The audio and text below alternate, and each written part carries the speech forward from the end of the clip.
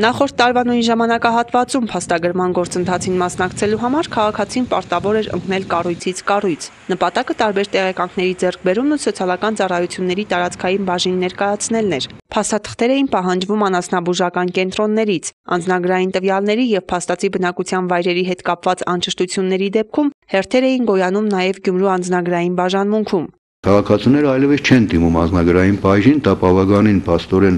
դժվար խնդիրներ էր ստեղծել եւ քաղաքացիների համար եւ անձնագրային բաժնի ծառայությունների համար,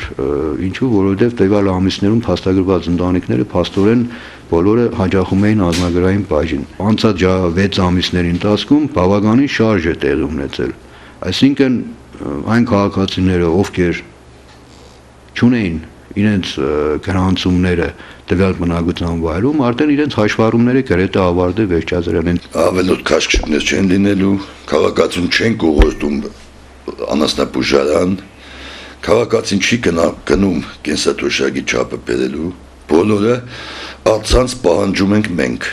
Այն քաղաքացիներն, ովքեր անասնագլխաքանակի մասին որևէ տեղեկություն չեն ներկայացնի սոցիալական ծառայությունների տարածքային բաժին, բայց իրականում ունեն անասնագլխաքանակ, փաստը բացահայտելու դեպքում նրանց նկատմամբ կկիրառվեն համապատասխան պատժամիջոցներ։ Եթե թաքցնում հետամուտ ենք լինում, մենք պահանջում ենք, թե քաղաքում ովքեր ունեն անասուն։ Բնականաբար երևի ես կասեմ 100-150 ընտանիք կա, որ անասուն են պահում քաղաքում։ Ստուգելուց հետո փաստորեն կարող ենք իրեն զրկել ունեցած իր իրավունքներից 6 ամիս զրկվում է հետագայում հայտնաբերման պահից հետո 6 ամսով զրկվում է իր ընտանեկան նպաստի իրավունքից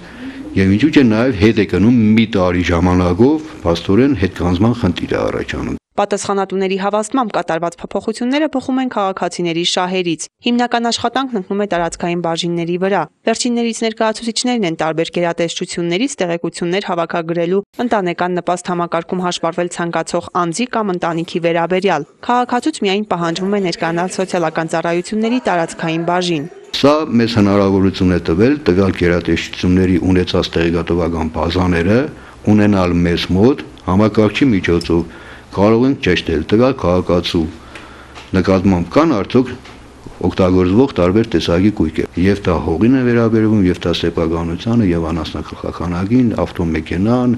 սահմանափակ պատասխանատվությամբ ընկերություններ, մաքսային ծառայությունների մաքսազերծման մասին։ Կատարված փոփոխությունների արդյունքում նպաստառու քաղաքացու կենսաթոշակի գումարն ավելանալու դեպքում նա այլևս չի կանգնի նպաստից զրկվելու խնդրի առաջ։ Սրան հակառակ այս վտանգի առաջ կարող են հայտնվել մինչև 2 տարեկան երեխայի խնամքի համար նախատեսված 18,000 դրամ ստացող նպաստառուները։ Խնամքի 18,000-ը մինչև հիմա չենք մուտքագրում որպես եկամուտ ընտանիքի համար։